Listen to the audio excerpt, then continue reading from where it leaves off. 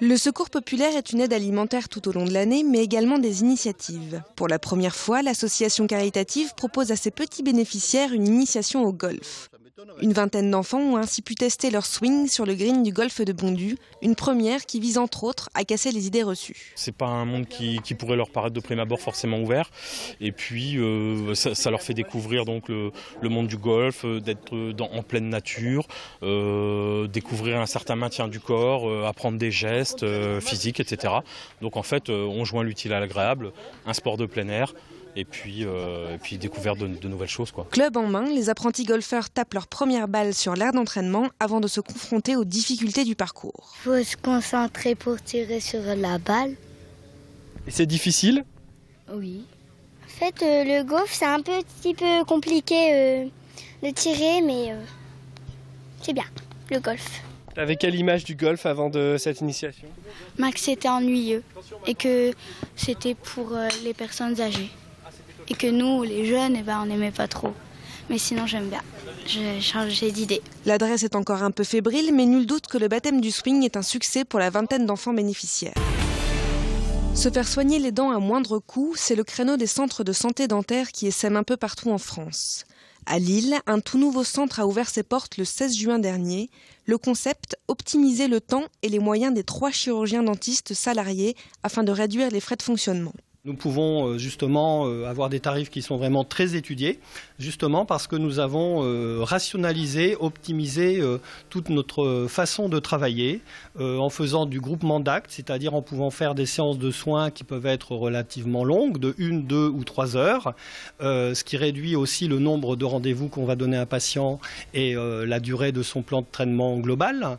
Également parce que nous avons des praticiens qui ont en permanence 2 assistantes qui travaillent pour eux, une assistante dentaire qui travaille avec eux en permanence au fauteuil pour soigner les patients. Le directeur de ce centre se défend d'être une dentisterie low cost et entend offrir une qualité de soins par une approche globale et un plateau technique de haute technologie. Nous ne sommes pas sur un concept de low cost qui sous-entend quelque part du bas de gamme. Nous sommes au contraire sur du haut de gamme, c'est-à-dire nous avons des praticiens qui sont extrêmement qualifiés.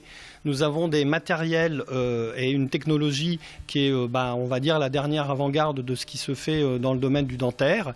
Et nous avons des techniques et des protocoles cliniques, donc des protocoles de travail qui sont également très très élaborés et qui nous distancient nettement de ce qu'on appelle le low cost dans la profession. Les centres de santé dentaire sont conventionnés en secteur 1. Les tarifs restent donc identiques à ceux des praticiens indépendants.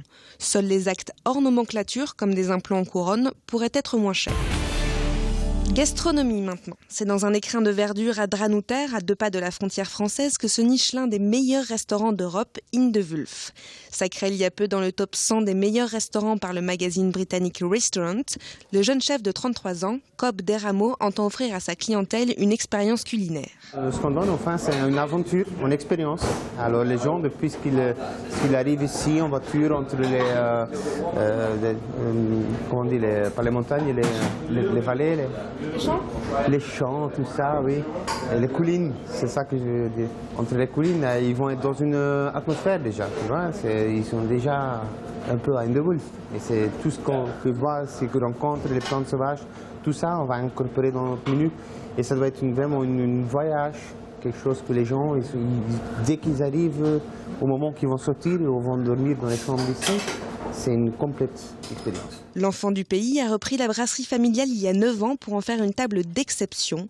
8 à 11 personnes travaillent en cuisine pour élaborer avant tout des recettes de saison avec des produits locaux. Je pense qu'on est dans un peu un style de cuisinier qui, à mon avis, est assez progressif.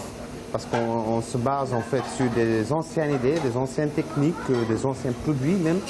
Et on essaye de former une future avec ça. Alors c'est-à-dire de recommencer à travailler avec des petits agriculteurs, de mettre des produits en valeur et surtout les gens en valeur, les gens de la région et de la tradition, c'est le plus important. Comptez entre 100 et 200 euros pour un défilé d'une vingtaine de plats et surtout beaucoup de patience pour la réservation puisque tous les week-ends sont complets jusqu'en 2015.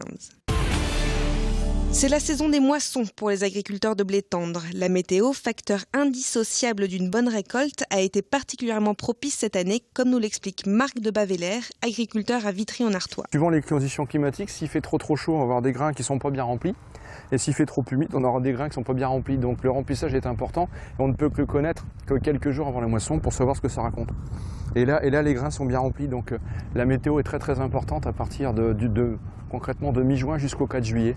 Parce que c'est là où on va pomper un maximum de macro d'azote et c'est là où on aura les plus beaux grains. La récolte s'annonce pour l'instant belle et on espère qu'elle sera bonne. Le Nord-Pas-de-Calais est la 4e région productrice de blé tendre et génère plus de 21 000 emplois dans la filière céréalière. Les agriculteurs sont particulièrement fiers de leur travail et les consommateurs le leur rendent bien. En effet, une récente étude montre que 92% des habitants de la région Nord-Pas-de-Calais considèrent que les produits céréaliers sont d'excellente qualité. Fin de cette édition donc aujourd'hui et l'information continue dans un instant sur Grand Lille TV.